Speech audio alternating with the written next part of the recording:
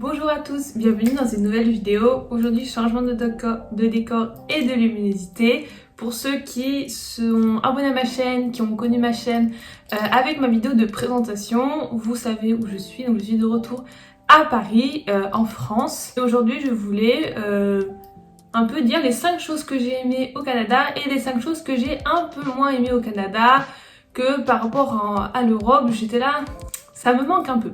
Donc on va tout de suite commencer avec les 5 choses que j'ai aimées au Canada. La toute première chose que j'ai aimée au Canada, c'est les saisons. Ce que j'ai vraiment aimé, c'est que on voit bien la différence entre chaque saison. En France, on voit quand même la transition entre l'été et l'automne, mais c'est vrai qu'entre l'automne et l'hiver, surtout cette année, on voit pas trop la différence, alors que au Canada, c'est vraiment très voyant. Et d'ailleurs, lorsque j'étais à Montréal, l'hôte du Airbnb nous a dit que c'était une des choses qu'il appréciait le plus au Canada, c'était vraiment qu'il y avait 4 vraies saisons. L'été, on voyait bien, il y avait la chaleur, il faisait beau. L'automne avec les arbres, vous l'avez vu dans mon vlog lorsque j'étais au Québec, les arbres ont des couleurs magnifiques. Et l'hiver avec la neige, les moins 20 et tout, donc vraiment la grande différence. Donc ça, c'est ce que j'ai vraiment aimé par rapport à la France. Deuxième point, c'est la personnalité des Canadiens, c'est-à-dire leur sociabilité, leur amabilité, leur gentillesse. Les profs de mon université étaient vraiment bienveillants, très sociaux avec tout le monde, ils racontent facilement leur vie. J'avais une prof dans un cours de brand management. Elle, au tout début, elle s'est présentée, elle était là, alors moi je fais des compétitions, je crois avec son chien, je sais pas si elle est juge ou si elle fait des compétitions canines. Bref, ils sont très ouverts, très sociables. Et même quand vous discutez avec des Canadiens, c'est assez facile d'échanger avec eux. Les Canadiens sont aussi très ouverts d'esprit. Il y a une multitude de nationalités au Canada. Avec le Canada, c'est un pays où il y a beaucoup d'immigration. De partout dans le monde, au Québec, vous allez avoir énormément de Français. Mais j'ai croisé énormément de personnes d'Amérique du Sud, d'Amérique latine, comme mes colocs. Mais aussi des personnes de l'Asie. Avec cette ouverture d'esprit, il y a aussi moins de jugement. Les gens s'habillent comme ils veulent. Personne ne va juger. Et ils complimentent un peu plus. Tout bêtement, j'étais dans un Sephora à un moment, j'avais un petit sac, un petit tote bag que j'avais acheté à Montréal et la personne, il y avait une des vendeuses qui disait ah il est trop mignon ton sac et tout. C'est vrai qu'en France c'est pas du tout un truc qu'on va voir. Troisième point que j'ai beaucoup aimé au Canada, c'est la diversité, donc ça rejoint un peu mon point d'avant, c'est la diversité. Comme j'ai dit, il y a énormément de nationalités, je crois qu'il y a plus de 160 nationalités différentes, enfin il y a une centaine de nationalités et on le voit en plus dans l'université, la différence de nationalité, de culture qu'il y a, c'est vraiment impressionnant. Et c'est ce qui aussi apporte, je trouve, la richesse des échanges, c'est que on rencontre énormément de gens, qui plus est au Canada, et on retrouve aussi cette différence de nationalité dans les architectures, dans les magasins, les restaurants également, mais aussi dans les accents. C'est vrai que le Canada, même si vous avez l'accent français le plus pourri de l'univers, personne ne va vous juger parce qu'ils ont l'habitude d'entendre des accents de partout dans le monde. Quatrième point, je dirais la gratuité des services. Alors je m'explique, de certains services.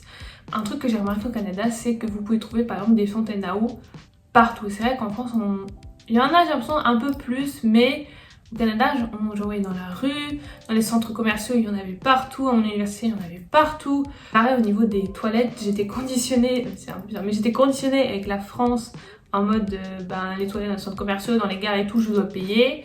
Et c'est vrai que les premières fois où j'étais allée dans des toilettes, à la gare ou je sais pas trop quoi, en fait, vous ne payez pas. Donc voilà, il y a plein de petites choses comme ça qui sont gratuites. Et ce qui m'avait aussi surprise, c'était pour le soir du Nouvel An, le réseau ferroviaire Go Transit, qui est le service ferroviaire de l'Ontario, le train était gratuit. Le train et les bus étaient gratuits pour la nuit du Nouvel An. Et cinquième point, ça je pense que vous l'avez déjà entendu plusieurs fois, c'est la sécurité. J'ai jamais vraiment eu de problème par rapport à ça avec la France. Croisez les doigts que ça n'arrive pas. Et c'est vrai qu'au Canada, j'avais plus ce sentiment de sécurité. À aucun moment je me sentais en danger ou pas très safe. Donc je dirais que c'est un point plutôt agréable, surtout quand on est une fille.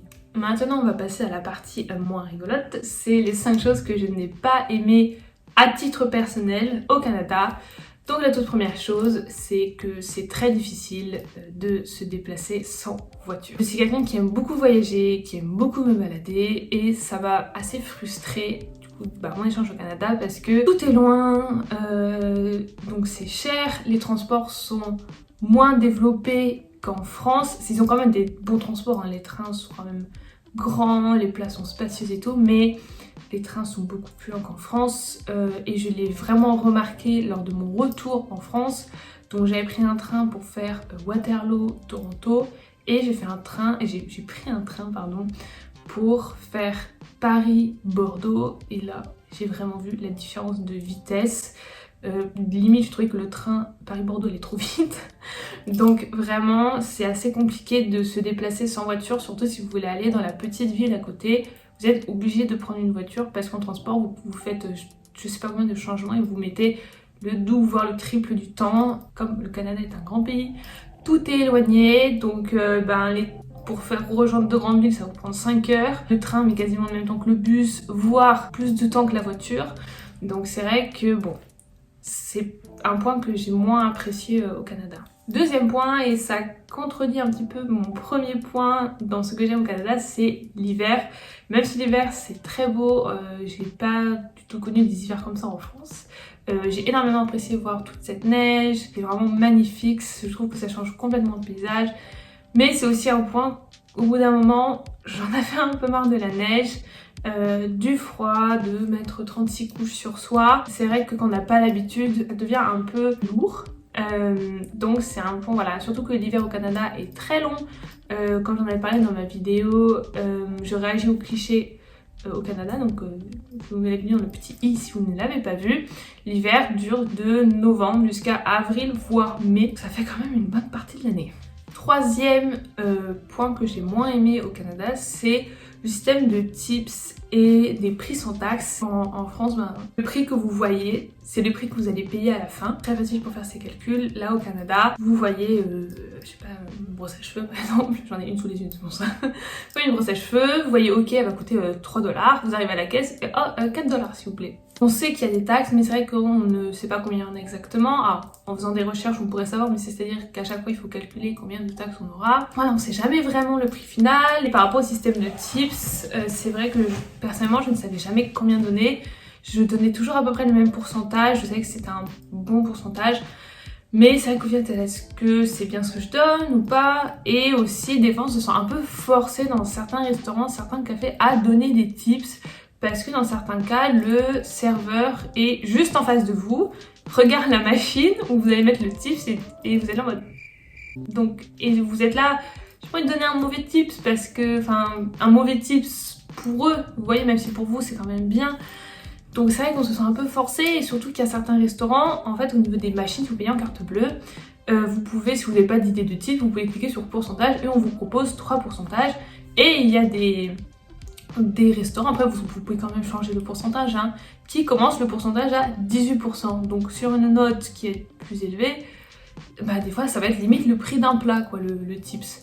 Donc c'est quelque chose où j'avais un peu du mal quand même, je le faisais à chaque fois, mais quatrième point, et ça c'est vraiment un point je pense plus personnel, hein, comme tous ceux que j'ai évoqués juste avant, c'est l'architecture des villes. C'est quelque chose que j'ai moins aimé. Je dirais que les grandes villes type Montréal, Québec, sont des villes qui ont quand même du charme, qui sont très mignonnes.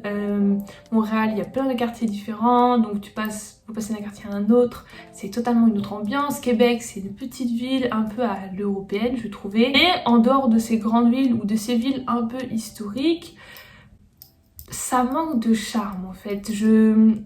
Au début, je trouvais vraiment ça sympa, ça faisait vraiment comme dans les séries, à l'américaine. C'est vrai qu'il y a quand même des maisons qui sont très jolies, mais au bout d'un moment, je sais pas, il y a une sorte de lassitude peut-être. C'est là, bon, c'est des maisons, genre, elles sont toutes les mêmes. Même genre les magasins, c'est tous des carrés, enfin c'est des blocs, il y a des parkings autour, c'est des très grandes rues, très larges. Personnellement, au bout d'un moment, ça me lassait et j'étais là, c'est vrai que le petit charme à l'européenne me manque au final. Et enfin, cinquième point, la nourriture. La nourriture, voilà, bon, je pense que c'est quelque chose de pas très surprenant venant d'une française. Avec la nourriture, c'était pas forcément le goût qui me dérangeait, c'était que la nourriture c'était toujours en très grosse quantité dans les restaurants. Je peux vous mettre des photos de certains plats que j'ai eus, c'était énorme, c'était un plat pour 2 personnes. Il y avait un moment j'avais commandé des frites, c'était censé être des sides, donc des accompagnements. ça faisait la taille d'un plat, c'était des frites pour 2 ou 3 personnes. Donc c'est vrai que tout est en très grande quantité, bon au moins niveau prix-quantité c'est extrêmement rentable, mais voilà, et surtout que la nourriture c'est globalement de la nourriture assez grasse, c'est des fast-food, j'ai pas vu, en tout cas à Waterloo je n'ai pas vu beaucoup de restaurants healthy, en tout cas autour de l'université c'est que des fast-food, donc si vous voulez un peu manger plus sainement ou faire attention à ce que vous mangez, c'est beaucoup plus compliqué. Au Canada c'est un peu comme aux États-Unis au final, il y a du sucre partout, vous prenez du poisson pané, il va y avoir du sucre, vous prenez du pain de mie, des bagels, il va y avoir du sucre. Il y a du sucre, donc tout ce qui est plat préparé, ou même dans des choses qui ne nécessitent pas forcément de sucre, vous allez avoir du sucre. C'est vrai que la nourriture là-bas, j'étais un peu... Voilà quoi, un peu déçue. Voilà tout le monde, cette vidéo est maintenant terminée. J'espère qu'elle vous aura plu. Si jamais elle vous a plu, est-ce que ça vous intéresserait que je fasse ce même type de vidéo mais sur les universités canadiennes? 5 choses que j'ai aimées dans mon université, 5 choses que j'ai moins aimées, que je préfère aux universités françaises. Surtout que là j'ai fini mon échange. N'hésitez pas à me le dire en commentaire. En tout cas, n'hésitez pas à liker la vidéo, à vous abonner à ma chaîne si les vidéos sur les échanges universitaires, sur le Canada, sur la vie d'un étudiant au Canada vous intéresse. Bon, mais si je ne suis plus au Canada, je vais continuer de faire des vidéos sur le Canada. N'hésitez pas à me suivre également sur Instagram. J'ai pas trop été active pendant la période des fêtes, mais je vais essayer de quand même redevenir active et poster un peu des flashbacks, des throwbacks de mon échange. On se retrouve la semaine prochaine pour une nouvelle vidéo. Bye!